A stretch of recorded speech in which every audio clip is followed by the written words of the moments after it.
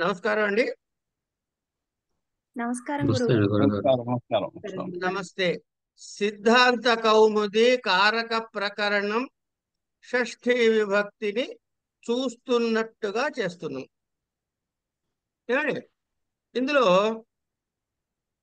ఇంకా ఇవాళ చెప్పుకుంటే బహుశా ఆ భాగం పూర్తయిపోవచ్చు. నేనంటే గత క్లాసులో ఉభయ ప్రాప్తౌ కర్మణి అని చెప్పుకున్నాం. ఈ ఉభయ ప్రాప్తౌ కర్మణి అని చెప్పి అక్కడ ఆపాము. తర్వాత రేపు చెప్పుకుందామని. ఈ ఉభయ ప్రాప్తౌ కర్మణి అనే సూత్రానికి రెండు వార్తికాలు ఉన్నాయండి. అది నిన్న ఈ సపరేట్ సూత్రం అనే ధ్యాసలో ఉండి ఇక్కడ ఆపేశాను. నిజానికి ఆ ఉభయ ప్రాప్తౌ కర్మణి తోటి కలిపి చెప్పుకోవాల్సినటువంటివి. ఈ వార్తికాలు ఏంటంటే స్త్రీ ప్రత్యయోరకారయోర్నాయం నియమ భేదికా బిభిత్సా వా రుద్రస్య జగతః. స్త్రీ ప్రత్యయములగు ఆ స్త్రీ ప్రత్యయో అకాకార కకార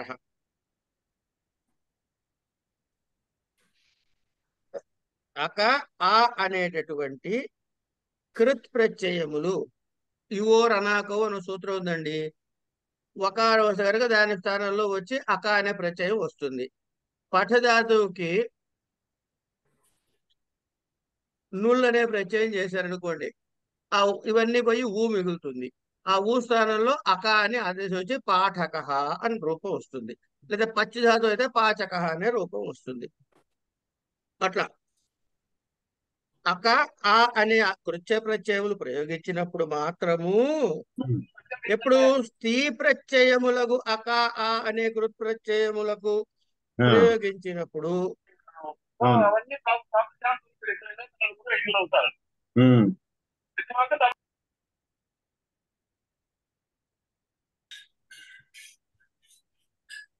అప్పుడు మాత్రము పై నియమము వర్తించదు. పై నియమం అంటే ఏంటి?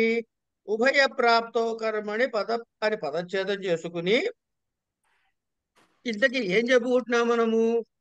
ఉభయ ప్రాప్తో అంటే కర్తృకర్మణో కృతి అనే సూత్రము చెప్పుకుని కృద్యోగములో అంటే కృత్ప్రత్యయాల యోగములో ఉన్నప్పుడు కర్తరి కర్మణి రెండిటికి కూడా రెండు రూపాల్లో కూడాను షష్ఠి వస్తుందయ్యా అని ముందు చెప్పి, గుణకర్మల్లో కూడా వస్తుంది అని చెప్పి, ఎందుకు కర్మణి అనే దగ్గర ఏమన్నా మెయిన్ గుణకర్మలకు కూడా వస్తుంది అని చెప్పి, ఉభయ ప్రాప్తౌ ఆ వాక్యములో గనక క్రియాపదము కర్తని గాని కర్మని గాని సూచించకపోతే రెండిటికి కూడా ఏమొస్తుంది? ఏం రావాలి? రెండిటికి కూడా షష్ఠి రావాల్సి వస్తే రెండిటికి రాకూడదు కాబట్టి కర్మలో మాత్రమే వస్తుంది. ఉభయ ప్రాప్తో కర్మణి అని ఉభయోః ప్రాప్తిర్యస్మిన్ కృతి తత్ర కర్మణ్యేవ షష్ఠీ స్యాత్ ఆశ్చర్యో గవాం దోహో అగోపేన అని ఉదాహరణ ఇచ్చాడు. ఇక్కడ కాపేద్దాం. దానికి అపవాదు అన్నాడు. అంటే దేనికి అపవాదు అవుతుంది? కర్తకి కర్మకి రెండిటికి ఏకకాలములో షష్ఠీ విభక్తి ప్రాప్తించే సందర్భము ఉంటే అప్పుడు కేవలము కర్మని ప్రయోగంలో మాత్రమే షష్ఠీ విభక్తి వస్తుంది అని ఉభయ ప్రాప్తౌ కర్మణి అన్నారు. దానిలో వార్తికం ఏం చెప్తున్నాడు? స్త్రీ ప్రత్యయములకు అనుకృత ప్రత్యయములు ప్రయోగించినప్పుడు మాత్రము పై నియమము ప్రవర్తించదు. అంటే ఏంటి? కర్త మరియు కర్మ రెండు అర్థములందు కూడా షష్ఠీ విభక్తి వస్తుంది. ఇప్పుడు ఉభయం ఉన్నప్పుడు కేవలం కర్మనికి మాత్రమే వస్తుంది ఇందాక చెప్పాడు. దానికి అపవాదుగా ఈ వార్తికల్లో కర్తకు కూడా వస్తుంది అని చెబుతున్నాడు. భేదిక బిభిత్సావా రుద్రస్య జగతః అని ఉదాహరణ. భేదిక అనే ప్రయోగమునందు అక ప్రత్యయము ఎట్లా వచ్చింది అక్క? ఇందా చెప్పాక నుల్ ప్రత్యయం చేస్తే వస్తుంది అని. తర్వాత ఏమన్నాడు? స్త్రీ ప్రత్యయములకు. ఇప్పుడు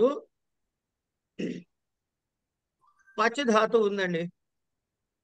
పచ్ ధాతువుకి నుళ్ అనే కృత్ ప్రత్యయం చేస్తే పాచక పాచక పాచక కాదు, పాచక అవుతుంది.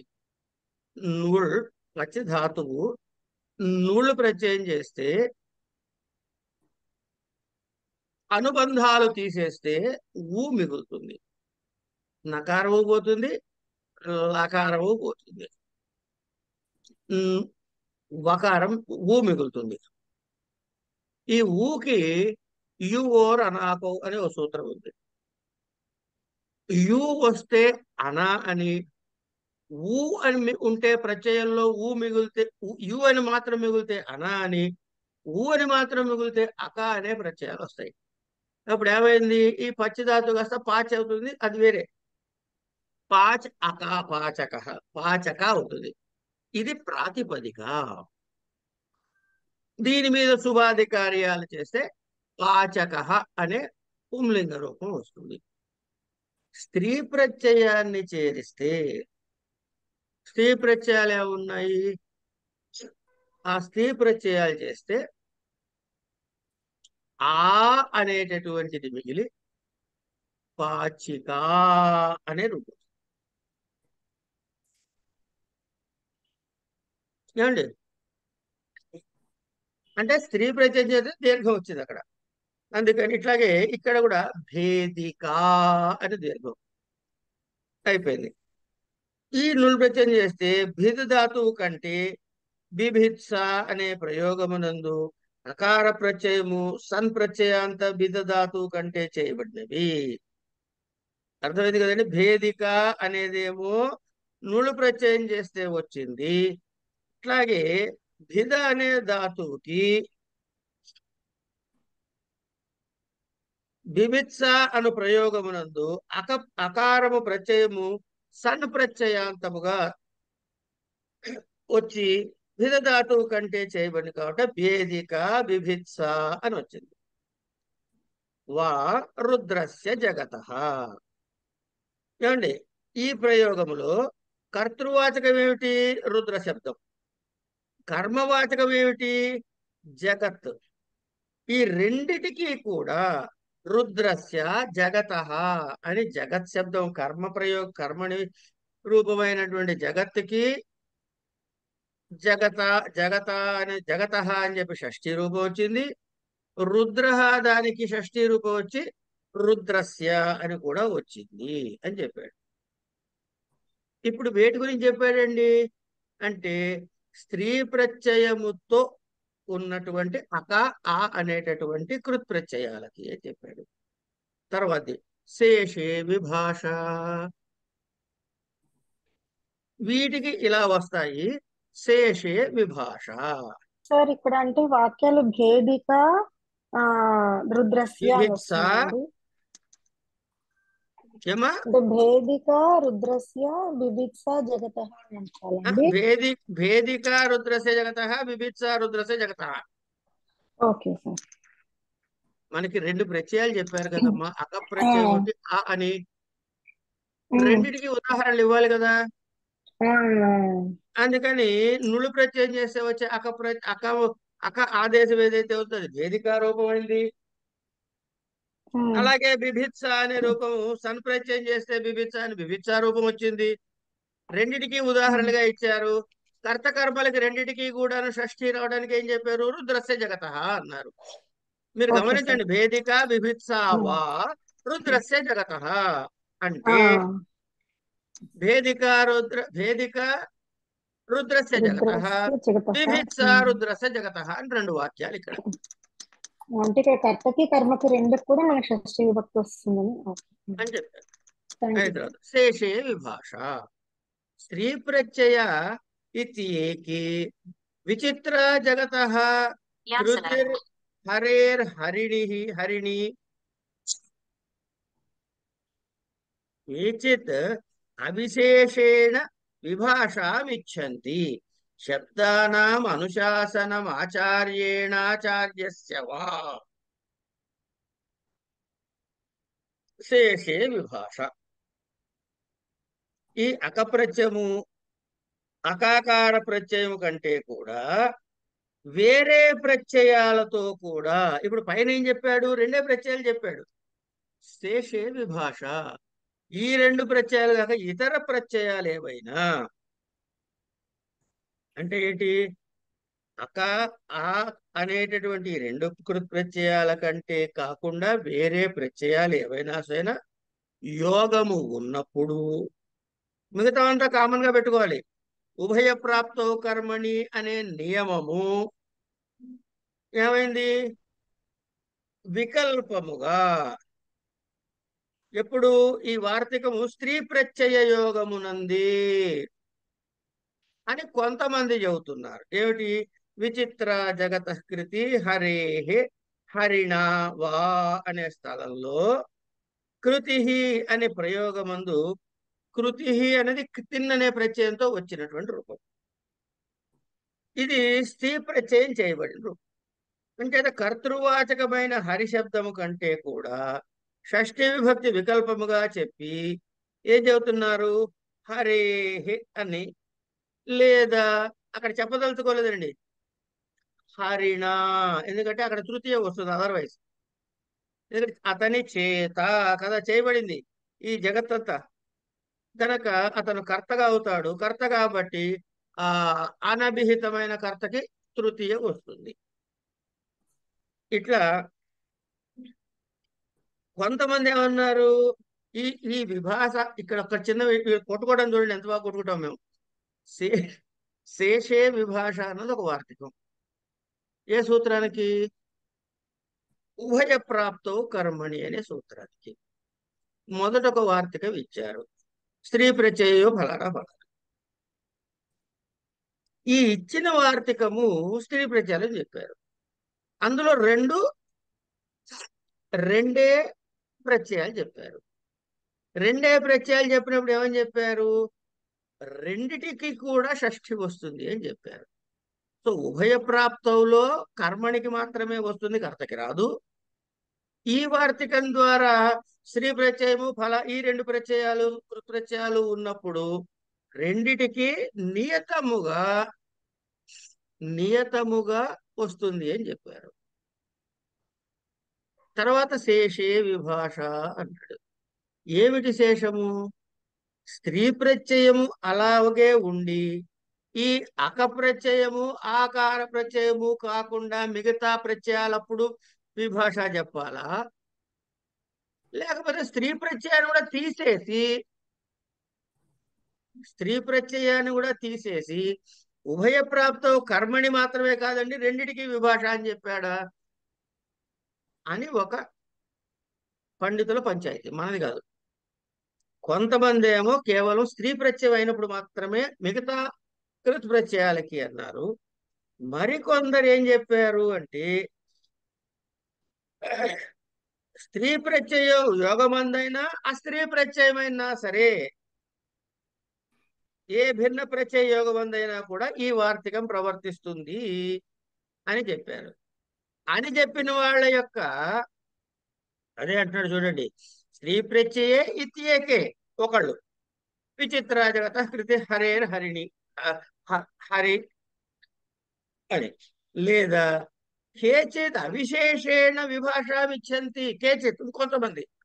దానికి ఉదాహరణ ఏమిటి, శబ్దనామానుశాసన ఇది చెప్పారు. అంటే ఇక్కడ భిన్న ప్రత్యయమైన అస్త్రీ ప్రత్యయమైనా కూడా శబ్దానాం అనుశాసనం ఆచార్యేణ ఆచార్యస్య వా అని, అనుశాసనం అని ప్రయోగంలో అనా శాసనం అన్నది కదా, ఈ శాసనం అన్నది ల్యుట్ ప్రత్యయము. పైన ఏం చెప్పుకున్నాము, నూలు ప్రత్యయం. ఈ లుట్ ప్రత్యయంలో ల్యుట్, జాగ్రత్తగా వినండి, లకారం పోయింది టకారం పోయింది, ఏం మిగిలింది, యు మిగిలింది. యు మిగిలింది కాబట్టి యువోర్ అనాకం అదే సూత్రంతో ఇక్కడ అనా అనే ఆదేశంగా వచ్చింది. ఇది స్త్రీ ప్రత్యయం కాదు. అయినా కూడా కర్తృవాచక శబ్దమైనటువంటి ఆచార్య శబ్దానికి వికల్పంగా ఆచార్యేణ లేదా ఆచార్యస్య అనే రెండు రూపాలు కూడా సాధు రూపాలు అని చెప్పాడు. ఇక్కడికి అయిపోయింది. తర్వాత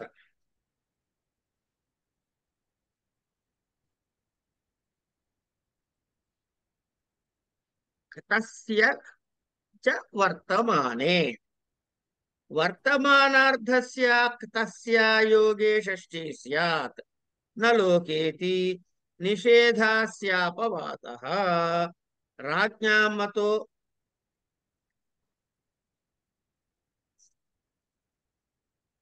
బుద్ధః పూజితో వా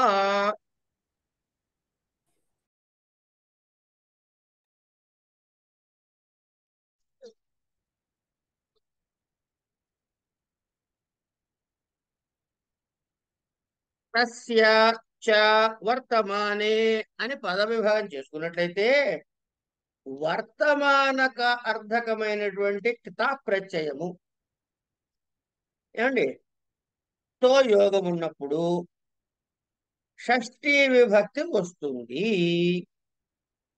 క్త చ తస్య చ వర్తమానే అంటే క్త చ వర్తమానే అని పదచ్ఛేదం చేసుకుంటే వర్తమానార్థకమైనటువంటి క్త ప్రత్యయంతో యోగము కలిసి ఉన్నప్పుడు షష్ఠీ విభక్తి వస్తుంది అని ఈ సూత్రార్థము. అంటే ఏమిటి? నాలో కావ్య అను నిషేధమును ఇది అపవాదము. ఇది ఎక్కడొచ్చింది? నలోకావ్యయ అని. నలోకావ్యయ ఇంతకుముందు వచ్చిందండి, మనం చదివామా? రాలేదండి, సూత్రాలు నోటి రాలేదండి, ఇంకా ముందు రాలేదు. సార్, గురువు గారు దీని పై సూత్రమేనండి, దీని పైది కాక పైది.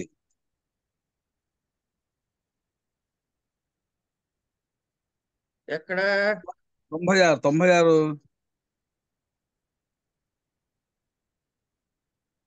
ఆ కిందది తర్వాతది కింద ఉంది 96 కింద, అదే పేజీలో కింద. Right right right right. ఈ 2-3-67 తర్వాత 2-3-69 సూత్రం అది. ఇందులో కూడా దీని తర్వాత సూత్రము కదా. ఇలాంటి పరిస్థితి ఇంతకుముందు మనకు ఒకసారి వచ్చింది. ఎక్కడ ఎక్కడ ఫస్ట్ ఇలాంటి దానికి పరిస్థితి వచ్చింది, ఆ? కర్మ దగ్గర ఫస్ట్ దానికే వచ్చిందండి. హలంత్యం ఆదిరంత్యేన అది సహేత. కాదండి, అది కాదు, అది కాదు, అది కాదు. షష్ఠీ విభక్తిలోనే మనం ఎక్కడో చెప్పుకున్నాం. షష్ఠీ విభక్తిలోనే దీని ముందులోను రాబోయేటటువంటి పరాపి అని ఎక్కడో చదివాం. చెప్పండి ఎక్కడో.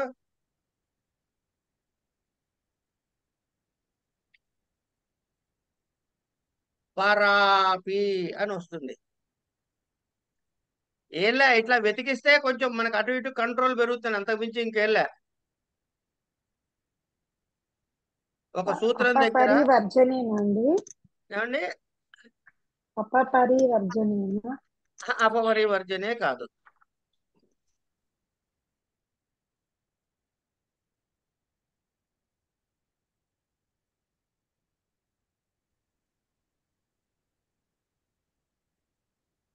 పరాపి అని స్టార్ట్ అవుతుంది.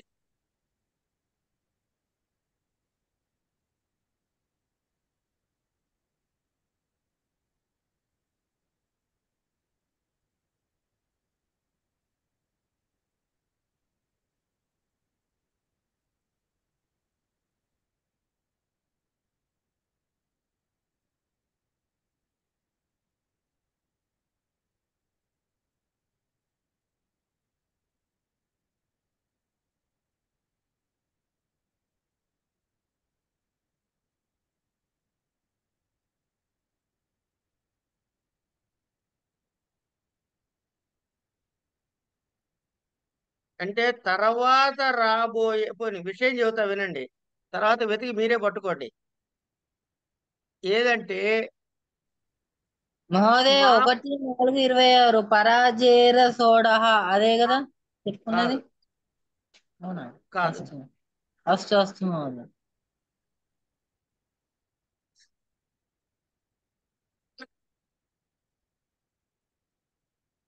విషయం ఏంటంటే, సరే విషయం చెప్పుకుందాం ముందు.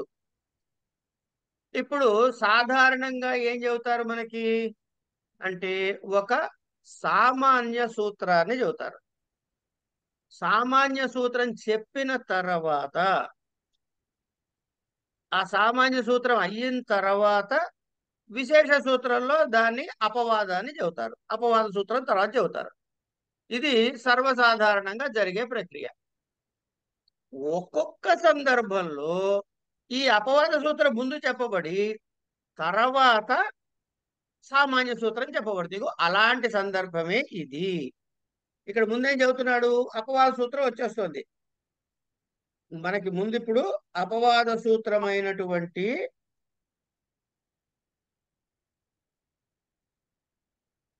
త చ వర్తమానే వర్తమానార్థస్య తస్య యోగే షష్ఠీ స్యాత్ నలోకేతి నిషేధస్యాపవాదః అన్నాడు. ఈ నలోకే అన్న తర్వాత రాబోతున్నటువంటి సూత్రము. తర్వాత దీని ఉదాహరణ ఏమంటున్నాడు? రాజ్ఞాం మతో బుద్ధ పూజితో వా అన్నాడు.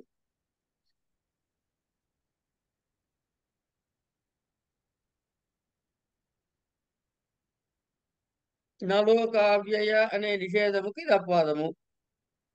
రాజ్ఞాం మతో బుద్ధి పూజితో వా అని ఇక్కడ మతః మొదలైన ప్రయోగాలు వర్తమానార్థక కథ ప్రత్యయాంత ప్రయోగములు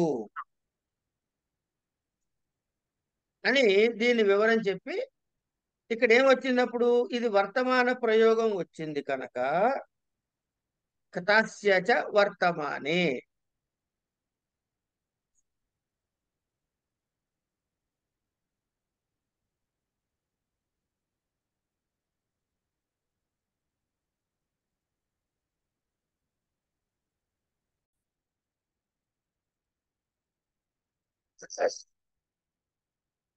ఇవాళ ఒకదాని వెనక ఒకటి, ఒకదాని వెనక చాలా డిస్టర్బెన్స్ వస్తున్నాయి.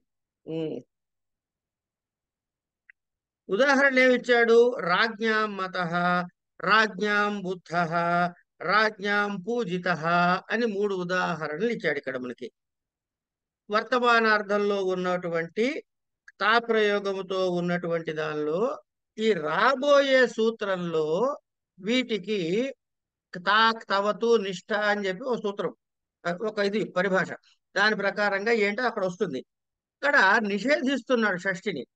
అక్కడ నిషేధించబోయే షష్ఠిని ఇక్కడ తెచ్చుకుని ఉంచుకునే షష్ఠిగా చెప్పడానికి కోసం ఈ వార్తగాన్ని ఇక్కడ పెట్టా. ఇక్కడ ఈ సూత్రంలో చెప్పాడు తాస్యచ వర్తమానే అని ఇక్కడ విధించాడు. తర్వాత వచ్చే నిషేధ సూత్రానికి ఇది అపవాద సూత్రము అని చెప్పారు. అధికరణ వాచినశ్చ తస్య యోగే షష్ఠీ స్యాత్ గురుగారు ఇదమేషాం ఆసితం శయితం గతం భుక్తం వా. ఇదమేషాం ఆసితం, ఇదమేషాం శయితం, ఇదమేషాం గతం, ఇదమేషాం భుక్తం వా అని 4 రకాలుగా ఉదాహరణ చూపించారు. ఏమిటి? తస్య యోగే షష్ఠీ స్యాత్ అనే దగ్గర ఎప్పుడు అధికరణ వాచినశ్చ, అధికరణ వాచిన చ అంటే తాప్రత్యయతో యోగం ఉన్నప్పుడు అధికరణ వాచకములైనటువంటి వాటికి కూడా, పైన ఏమన్నా తాతో ప్రత్యయం ఉండి వర్తమాన కాలానికి అని చెప్పాడు. ఇక్కడ ఏమైనా అధికరణ సంబంధి అయిన వాటికి కూడా గతం, భుక్తం, మాసితం ఇవన్నీ ఇక్కడ అధికరణ వాచమైనటువంటి దానికి ఇదమేషాం ఆసితం, ఇక్కడ ఆసితం మొదలైన ప్రయోగాలన్నీ కూడాను అధికరణ వాచక తా ప్రత్యయాంత రూపాలు అని 4 ఉదాహరణలు ఇచ్చారు. ఆసితం, శయితం, గతం, భుక్తం ఇత్యాది. ఇదం ఏషాం, ఏషాం అనే షష్ఠి. నలోకావ్యయ నిష్ఠా ఖలర్థ తృణాం ఏషాం ప్రయోగే షష్ఠీ న స్యాత్ లాదేశ కుర్వన్ కుర్వాణో వా సృష్టిం హరిః ఉహు హరిం దిదృక్షుః న న లోకా నలోకా నలో న లహ న నలోక అవ్యయ నిష్ఠాఖల ఖలత్త తృణం ఏషాం ప్రయోగ షష్ఠీ న స్యాత్ లాదేశః కుర్వన్ కుర్వాణో వా సృష్టిం హరి ఉహు హరిం దిదృక్షుః అలంకరిష్ణుర్వా ఉక దైత్యాన్ ఘాతుకో హరిః అని ఉదాహరణ. నా లోకావ్యయ నిష్ఠార్థ తృణాం అని పదచ్ఛేదం చేసుకున్నాం.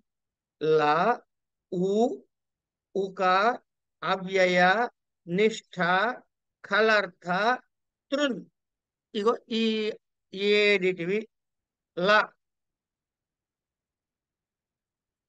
లా తర్వాత ఉ ఉక అవ్యయ నిష్ఠ ఖలర్థ తృన్ అని వీటిని ప్రయోగించినప్పుడు షష్ఠీ విభక్తి ప్రవర్తించదు అని.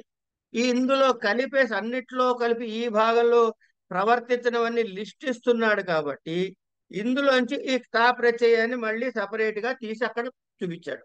ఇక్కడ తా ఎక్కడ ఉందండి అంటే నిష్ఠాలో ఉంది. తా తవతు నిష్ఠ అని చెప్పి దానికి సంజ్ఞ. నిష్ఠా సంజ్ఞ దేనికంటే తా అనే ప్రత్యయానికి తవతు అనే ప్రత్యయానికి కలిపి నిష్ఠ అనే ఒక సంజ్ఞ ఉంది కనుక వీటి వీటి సందర్భములో షష్ఠీ విభక్తి ప్రవర్తించదు. ఎందుకు ప్రవర్తించదు? ఎట్లా ప్రవర్తించదు? కర్తకర్మణో కృతి అనే సూత్రం చేత షష్ఠీ విభక్తి ప్రాప్తిస్తూ ఉండగా ఇవన్నీ కృద్యోగాల్లో వస్తాయి కాబట్టి వీటి వల్ల అక్కడ ప్రవర్తించదు అని చెప్పాడు. లకారం ఆదేశం. లాదేశమైన శత్రు ప్రత్యయాంతమును కుర్వన్ అనే శబ్దము లాదేశమైన లకారం ఆదేశంగా అయిన శానచు ప్రత్యయాంతము కుర్వాణ అనే శబ్దము కూడా ప్రయోగించబడుటచే కుర్వన్ లేకపోతే కుర్వాణ సృష్టిం హరిహి అన్నాడు. ఈ సృష్టిం అని అట్లాగే ఉంది, హరిహి అలాగే ఉంది. ఎందుకంటే కర్తృకర్మణో కృతి అనే ద్వారా వీటి రెండిట్లో దేనికి కూడా షష్ఠీ విభక్తి రాలేదు. అట్లాగే సృష్టిం హరిహి అన్నాడు కనుక ఇక్కడ సృష్టి అనేటటువంటి కర్మనికి రెండు ఉన్నప్పుడు కర్మకి రావాలి కదా, దానికి రావాల్సిన సృష్టి అనే దానికి రావాల్సినటువంటి షష్ఠీ విభక్తి బాధించబడింది కాబట్టి సృష్టిం అని ద్వితీయ విభక్తిలోనే ఉంది. ఊ అనే ఆదేశంకి హరిం ది దృక్షు అని అన్నాడు. ఈ ఉ ప్రత్యయం వచ్చింది. హరిం అలంకరిష్ణు అనే స్థలంలో కూడా ఉకారాంత ఇష్ణు ప్రత్యయంతో ఇష్టు అనే ప్రత్యయం ప్రయోగించదు కనుక హరి శబ్దము కంటే షష్ఠీ విభక్తి ప్రవర్తించలేదు. ఉ ఉక అవ్యయ ఉక ప్రత్యయం చెప్పాలిగా. దైత్యాన్ ఘాతుకో హరిహి ఇక్కడ ఉక ప్రత్యయం ఘాతుక దగ్గర ఉక ప్రత్యయం కనబడుతుంది గమనించండి. అనే స్థలం కూడా ఉక ప్రత్యయం ప్రయోగించింది కనుక దైత్య శబ్దము కంటే షష్ఠీ విభక్తి ప్రవర్తించలేదు. అట్లాగే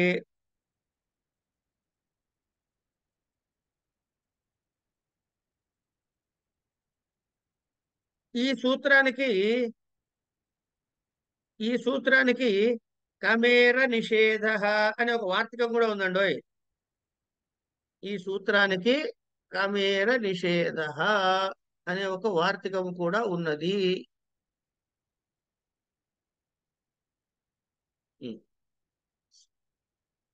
లక్ష్మ్యా కాముకో హరిహి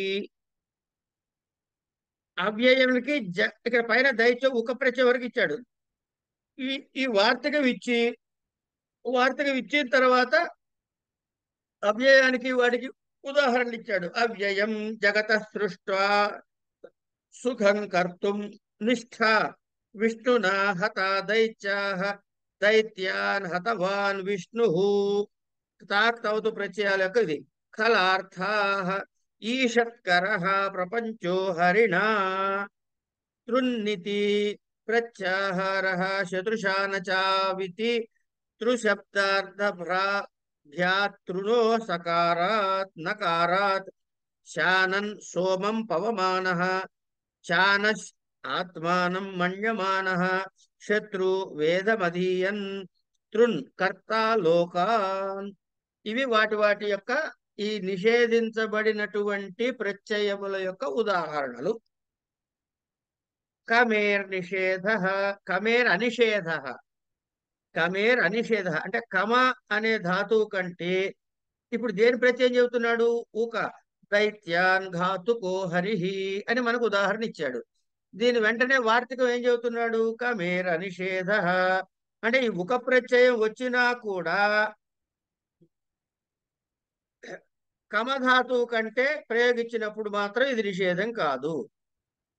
అందుకని లక్ష్మ్యా కాముకో హరిహి అనే స్థలంలో లక్ష్మీ శబ్దం కంటే కూడా షష్ఠీ విభక్తి వచ్చింది.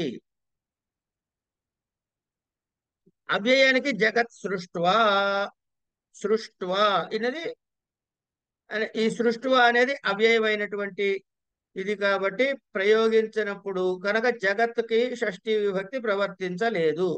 జగత్ సృష్ట్వా అనే ఉంది, జగతః అని రాలేదు.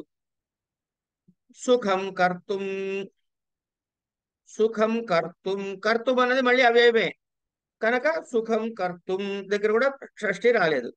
నిష్ఠ, నిష్ఠకి క్తా క్తవతు అనే ఈ ప్రత్యయాలకి నిష్ఠ అనేటువంటి సంజ్ఞ ఉంది.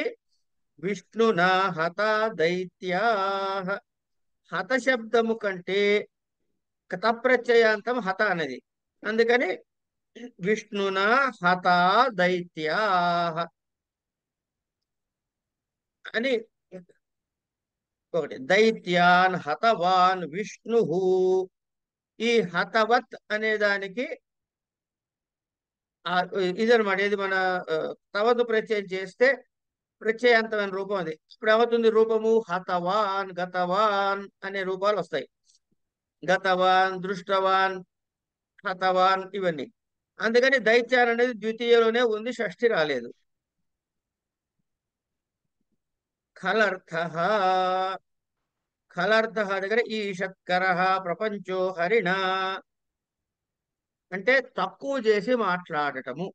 ఈషత్కర అనేది ఖల్ ప్రత్యయాంతము కనుక ఈషత్కర, ఈషత్కర అనేది ఖల్ ప్రత్యయాంతము కనుక హరిశబ్దము కంటే షష్ఠీ విభక్తి రాక ఏమనుంది అక్కడ? ఈషత్కర ప్రపంచో హరిణ అని తృతీయ మాత్రమే వచ్చింది. తృణాం నలోకావ్యయనిష్ట ఖలర్థ తృణాం. ఇంకా ఆఖరిది ఒకటి తృణాం. తృణ్ అనేటటువంటిది లటహ శత్రుశానచౌ అనే సూత్రం నుంచి శత్రు శబ్దమందలి తృ శబ్దముతో ఆరంభించి తృణ్ అనే సూత్రములో ఉన్నటువంటి నకారముతో తృణ్ అనే ప్రత్యాహారం చేయబడినదిట. ఇది నాకు తెలియదు, ఇది చెప్పింది మాత్రం వింటున్నాము. ఈ తృణాం అనే తృణ్ అనేది ఎట్లా వచ్చింది అని అంటే శత్రు ప్రత్యయములోని త్రుకారం తీసుకున్నట్ట. తర్వాత తృణ్ అనే ప్రత్యయంలోని నకారం తీసుకుని ఈ తృ ఈ శత్రు ఇందులో తృణ్ అనే దానిలో ఉన్నటువంటి నకార పొల్ని తీసుకుని ప్రత్యాహారం చేసినట్లయితే వచ్చినటువంటి అన్ని. అంచేత తృణ్ ప్రత్యయంతో పాటు ఈ రెండు సూత్రాల మధ్యలో ఉన్నటువంటి ప్రత్యయాలు అన్నిటినీ కలిపి తృణ్ అని ప్రత్యాహారము చేసినారుట అని గ్రహిస్తే సోమ. ఇక్కడ ఏమైంది? ఇక్కడ తృణ్ ప్రత్యయానికి ఏమి ఇచ్చాడు అప్పుడు మరి? కర్త లోకాన్. ఓకే కాదు, త్రిశబ్దార్థో ఈషత్కర ప్రపంచం. తృన్నితి ప్రత్యాహార పైన రాశాడు చూడండి. తృన్నితి ప్రత్యాహార శత్రుశానచావితి త్రిశబ్దార్థ శబ్దాధార ఆధారభ్య త్రిశబ్దాదారభ్య తృణో నకారాత్ ఈ చేస్తే ప్రత్యాహారం చేశాడు. శానన్ సోమం పవమాన. శానస్ అనే దానికి శానన్ అనే ప్రత్యయానికి ఏమన్నా ఉదాహరణ సోమం పవమాన. చానస్ అనేటటువంటి ప్రత్యయానికి ఏమన్నా ఆత్మానం మన్యమాన. శత్రు అనే ప్రత్యయానికి ఏమన్నా వేదం అధీయన్. తృణ్ అనే ప్రత్యయానికి కర్త లోకాన్. అంటే ఏమిటైంది ఇప్పుడు? వీటి మధ్యలో ఉండేటటువంటి ఇతర ప్రత్యయాలు ప్రత్యాహారములో ఉండే ప్రత్యయాలు ఇవన్నీ కూడాను. ద్విష చతుర్వా వార్తికం. మురస్య మురం వా ద్విషన్ ద్విషః చతుర్వా సర్వోయం కారకః షష్ఠ్యాః ప్రతిషేధః శేషే షష్ఠీటు స్యాదేవ బ్రాహ్మణస్య కుర్వన్ నరకస్య జిష్ణుః. ద్విషశత్రుర్వా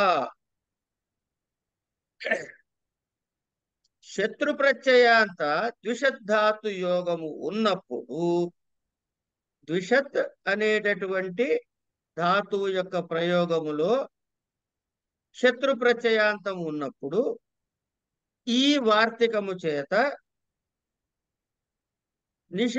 విధించబడిన నిషేధం ఏదైతే ఉందో అది వికల్పంగా వస్తుంది. ఈ ద్విషత్ శబ్దానికి మాత్రం ప్రత్యేకంగా మళ్ళీ చెప్పాడు. ఎందుకు? పైన వాటిలో శత్రుశానచులు కలిపి నిష్ఠాలో ఇచ్చాడు, ఒక చోట ఏమన్నా తీసి అక్కడ అక్కడ సపరేట్ గా చూపించాడు ఒక సందర్భానికి, ఇక్కడ మరొక సందర్భానికి సపరేట్ గా చూపిస్తున్నాడు. దీనివల్ల వికల్పం అంటే మురస్య మురం అని రెండు విధాలుగా రూపాలు వస్తాయి. మురస్య వా మురం వా ద్విషన్, మురం ద్విషన్ మురస్య ద్విషన్. సర్వోయం కారక షష్ఠ్యాః ప్రతిషేధః శేషే షష్ఠీటు స్యాదేవ బ్రాహ్మణస్య కుర్వాన్. అంటే ఈ సూత్రము చేత విధించబడే నిషేధము దేనికిట మురస్య మురం వా ద్విషన్ సర్వోయం కారక షష్ఠ్యాః ప్రతిషేధః శేషే షష్ఠీటు స్యాత్ ఏవ. అంటే ఈ ద్విషత్ చతుర్వా అనేటటువంటి ఈ సూత్రము చేత విధించబడే నిషేధము కారక షష్ఠికి మాత్రమే ప్రతిషేధముగా వస్తుంది, కానీ శేషే షష్ఠి అంటే అనుబంధాలు సంబంధాధికంగా వచ్చేటటువంటి కారక నిమిత్తం లేనటువంటి సంబంధంతో నిమిత్తం ఉన్న షష్ఠి ఏదైతే ఉందో దానికి మాత్రము ఇది కాదు. అందుకనే బ్రాహ్మణస్య కుర్వన్ నరకస్య జిష్ణు అనే స్థలంలో ఇక్కడ శేష షష్ఠి ప్రవర్తించింది.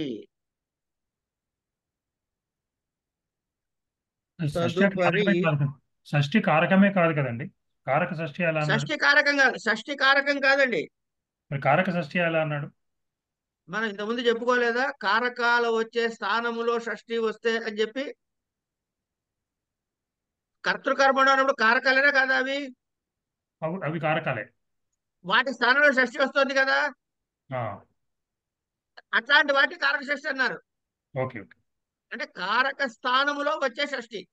Okay, thank you.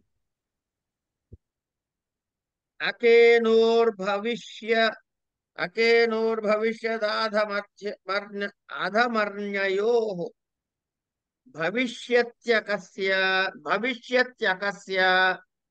భవిష్యదాధమర్ణార్థేనశ్చ యోగే షష్ఠి న స్యాత్ సతః పాలకో అవతరతి వ్రజం గామి శతం దాయి అని ఉదాహరణలు ఇచ్చాడు.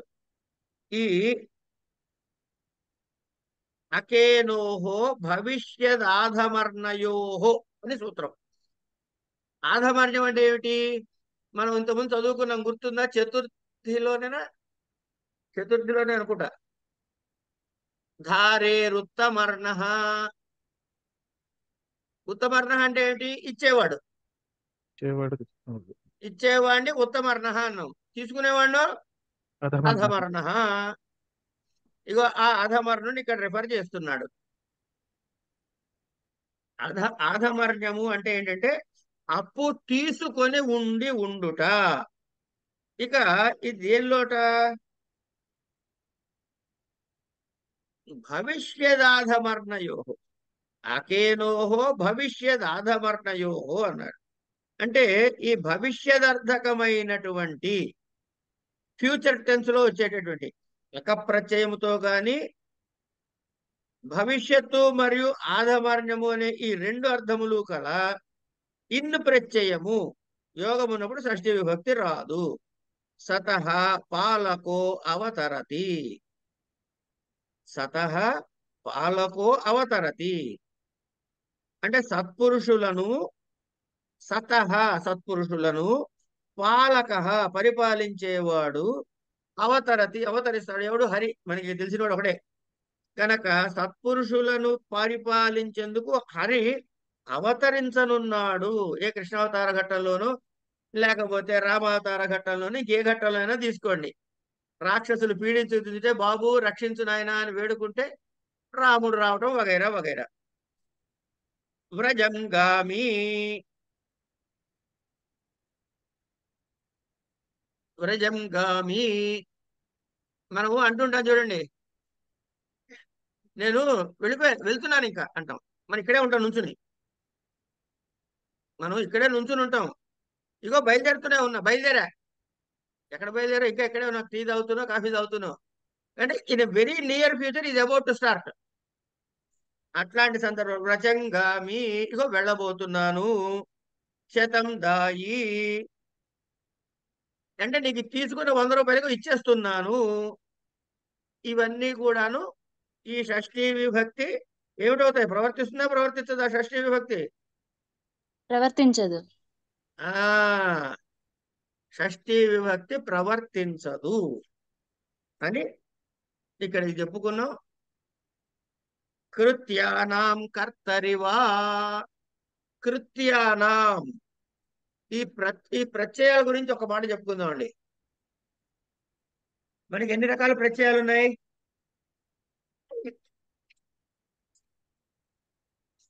అష్టాధ్యాయంలో 7 రకాల ప్రత్యయాలు ఉన్నాయండి. మనకి తెలిసినవి ఏమిటి? టింగ్ ప్రత్యయము, తుప్పు ప్రత్యయము, ఏమండి?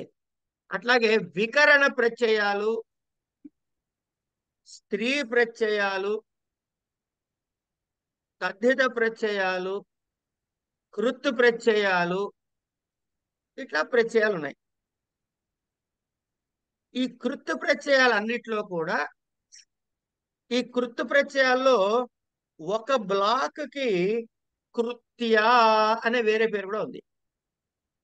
అంటే ఈ కృత్యా ప్రత్యయాలు కూడా కృత్ ప్రత్యయాలే. వాటికి కృత్ సంజ్ఞ ఉంటుంది, కానీ వాటికి కృత్యా అనే సంజ్ఞ కూడా ఉంటుంది. అది ఈ కృత్యానాం కర్తరివా షష్ఠీ వా స్యాత్. షష్ఠీ వా స్యాత్ మయా మమ వా సేవ్యో హరిః కర్తరీతి కిం గేయో మానవక సామ్నాం భవ్యగేయేతి కర్తరి యద్విధానాద్ అనభిహితం కర్మ అత్ర యోగో విభజ్యతే కృత్యానాం ఉభయప్రాప్తావితి నేతి చానువర్తతే తేన నేతవ్యా వ్రజం గావః కృష్ణేన తతః కర్తరివ ఉక్తోర్థః.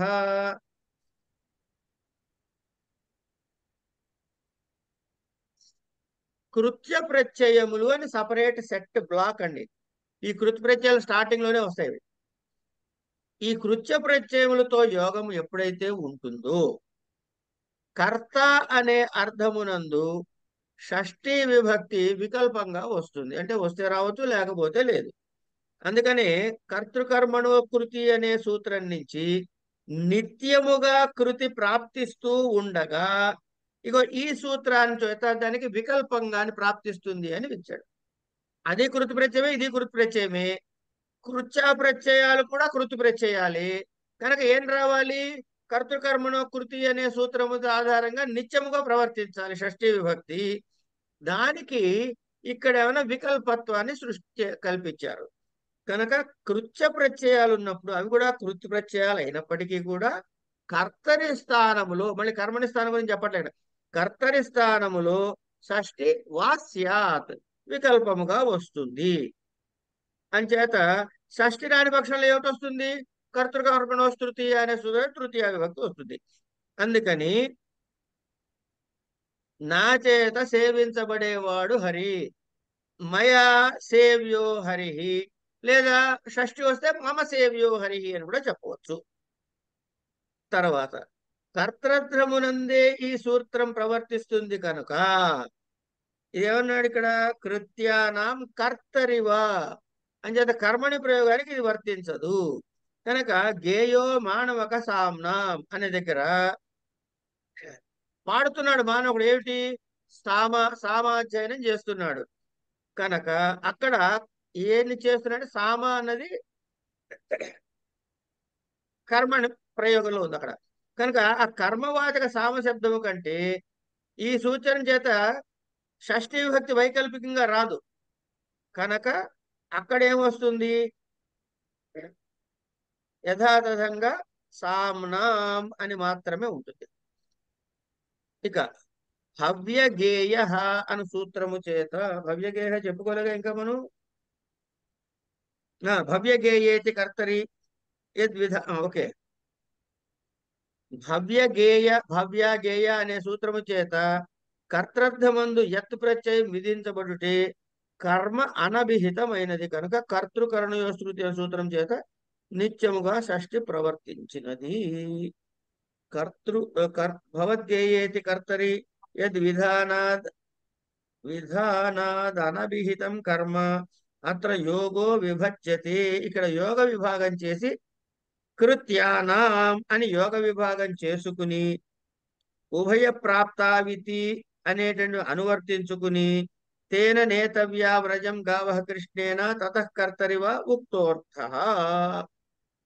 ఇక్కడ కృత్యానాం అని యోగ విభాగం చేసుకుని ఇంతకుముందు చెప్పుకున్నాం కదా సూత్రాన్ని సగంలో విడగొట్టి ఎక్కువ రూపాలకి సాధుత్వాన్ని చేయడం కోసమని యోగ విభాగం చేసుకుంటాం. అట్లా ఈ కృత్యానాం కర్తరివా దగ్గర కృత్యానాం దగ్గరే దాన్ని బ్రేక్ తీసుకుని యోగ విభాగం చేసుకుని ఉభయ ప్రాప్తౌ అని నా అనే రెండు పదాలు పై సూత్రాల నుంచి అనువర్తింపజేసుకుంటే కృత్య ప్రత్యయములతో యోగమున్నప్పుడు కర్తృకర్మ రెండు అర్థములు ప్రసక్తమైనప్పుడు షష్ఠీ విభక్తి ప్రవర్తించదు అనే ఒక సూత్రార్థం వస్తుంది. ఎట్లా? కృత్యాన పైనుంచి తెచ్చుకునేటి ఉభయ ప్రాప్తౌ తర్వాత నా ఈ రెండు పదాలు అనువృత్తిగా చెందడంతో కృత్యానా ఉభయ ప్రాప్తౌ నా ఏమిటి? నా షష్ఠీ విభక్తి నా అని ఆ సూత్రము అలా అర్థం మనకి ఇచ్చి అప్పుడు ఏమవుతుంది? కృత్య ప్రత్యయముతో యోగం ఉన్నప్పుడు కృత్యానా ఉభయ ప్రాప్తౌ అంటే కర్త కర్మ రెండు అర్థములు ప్రసక్తమైనప్పుడు నా షష్ఠీ విభక్తి రాదు. అందువల్ల ఏమైంది? నేతవ్య వ్రజం గావః కృష్ణేన అనే రూపంలో కర్మవాచకమైన వ్రజ శబ్దముకి ద్వితీయనే ఉంది. కర్తృవాచకమైన కృష్ణ శబ్దము కంటే షష్ఠి ప్రవర్తించలేదు కనుక తృతీయనే ఉంది. నేతవ్య వ్రజం గావః కృష్ణేన అనే రూపం సిద్ధి. తర్వాత ఏమైంది? ఇప్పుడు రెండు పదవిభాగం చేస్తే కర్తరివా అని వచ్చింది కనుక ఈ మొదటి చెప్పిన విధంగా ఈ కర్తరివా ఉన్నప్పుడు ఏం చెప్పాలంటే పైన చెప్పిన సూత్రం కృత్యానాం కర్తరివా అనే సూత్రార్థమే వస్తుంది. తర్వాత తుల్యార్థైరతులోపమాభ్యాం తృతీయాన్యతరస్యాం తుల్యార్థైర్యోగే తృతీయా వ్యాస్యాత్ పక్షే షష్ఠీ తుల్యః సదృశః సమో వా తుల్య సదృశః సమః అంటే తుల్యః కృష్ణస్య కృష్ణేన వా లేదా సదృశః కృష్ణస్య కృష్ణేన వా సమః కృష్ణస్య కృష్ణేన వా. ఎందుకు? తృతీయ అన్యతరస్యాం అన్నాడు కాబట్టి. అతులోపమాభ్యాం కిం తులా ఉపమా వా కృష్ణస్య నాస్తి. అతులో ఉపమా అతుల అంటే అతన్ని పోల్చదగ్గటువంటి శక్తి లేకపోవటం. నాతో పోలిక ఎవడికి రా నీకు అంటామే మనం అతుల. అట్లాగే ఉపమ వాడంతటి వాడు ఎవడైనా ఉన్నాడా? ఉపమ. అట్లా తులా కృష్ణస్య నాస్తి కృష్ణుడితో పోల్చదగ్గ తులతూగగలిగిన వాడు ఎవడు లేడు. అట్లాగే ఉపమా కృష్ణస్య నాస్తి కృష్ణుడితో పోల్చదగ్గవాడు కూడా ఎవడు లేడు అనే రెండు రూపాలు చెప్పినప్పుడు పైన ఏం చెప్పాడు? తుల్యార్థైరతులోపమాభ్యాం తృతీయాన్యతరస్యాం తుల్యః సదృశః సమో కృష్ణస్య కృష్ణేన వా అతులోపమాభ్యాం కిం. ఇది ఎందుకు చెప్పాల్సి వచ్చింది సూత్రంలో అంటే తులా ఉపమా వా కృష్ణస్య నాస్తి. నాస్తి అన్నాడుగా ఇక్కడ, కనుక అతుల అయింది. నాస్తి అన్నాడుగా, ఉపమా లేదు అని వచ్చింది. కనుక ఏమండి అక్కడ ఏమైనా అతుల అన్నాడు, ఇక్కడ ఏమైనా మరి ఇక్కడ ఏమైనా ఉపమానం ఉంది అని అంటే ఈ నాస్తి శబ్దం చేత అతుల ఉపమాభ్యాం కిం అంటే ఇగో దానికి అర్థం ఇది చెప్పాడు ఇక్కడ. చతుర్థీ చ శిష్యాయుష్యమద్రభద్ర కుశల సుఖార్థ హితైః ఏతదర్థైర్యోగే చతుర్థీ వా స్యాత్ పక్షే షష్ఠీ. దేనికి చతుర్థీ చ, ఏవి షష్ఠి గాని చతుర్థి గాని వస్తాయి. దేనప్పుడు ఆశిషి, తర్వాత ఆశిషి ఆయుష్య మద్ర భద్ర కుశల సుఖార్థ హితైః. వీటన్నిట్లో ఆశిషి ఇదేమిటి? ఆయుష్యం చిరం జీవితం కృష్ణాయ కృష్ణస్య వా భూయాత్. ఆశిషి ఏమిటి? ఆశిషికి ఆయుష్యం చిరంజీవితం కృష్ణాయ భూయాత్, చిరంజీవితం కృష్ణస్య భూయాత్. చతుర్థీ చ ఆశిషి ఆయుష్యమద్రభద్ర కుశల సుఖార్థ హితైః.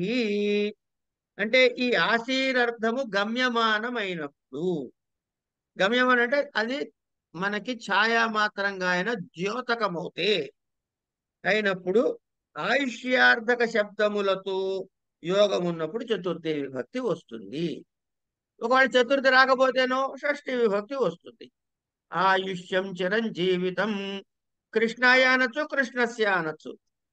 అలాగే మద్ర భద్రాది శబ్దాలు ఉన్నాయి కదా, వీటితో యోగం ఉన్నప్పుడు కూడా ఈ సూత్రం ప్రవర్తిస్తుంది. అంటే ఆశీరర్థమందే ఈ సూత్రము ప్రవర్తిస్తుంది కనుక దేవదత్తస్య ఆయుష్యమస్తి అని అన్నాడు అనుకోండి, దేవదత్తస్య ఆయుష్యమస్తి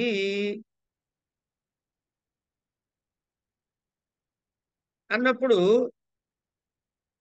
దేవదత్తుడికి ఆయుష్ ఉంది అని చెబుతున్నాడు వాడు, అంతే. అంతేగాని అక్కడ ఆశీర్వదించట్లే దేవదత్తుడిని, దేవదత్తుడికి ఆయుష్ ఉండుగాక అనట్లే. కనుక అక్కడ ఆశిషి శబ్దం లేదు కాబట్టి వికల్పముగా వచ్చేటటువంటి చతుర్థి కూడా వస్తున్నాడే, ఆ చతుర్థి రాలేదు, కేవలం దేవదత్తస్య ఆయుష్యం అస్తి. వ్యాఖ్యానాత్ సర్వత్రార్థ గ్రహణం మద్రభద్రయో పర్యాయత్వాదన్యతరో న పఠనీయః.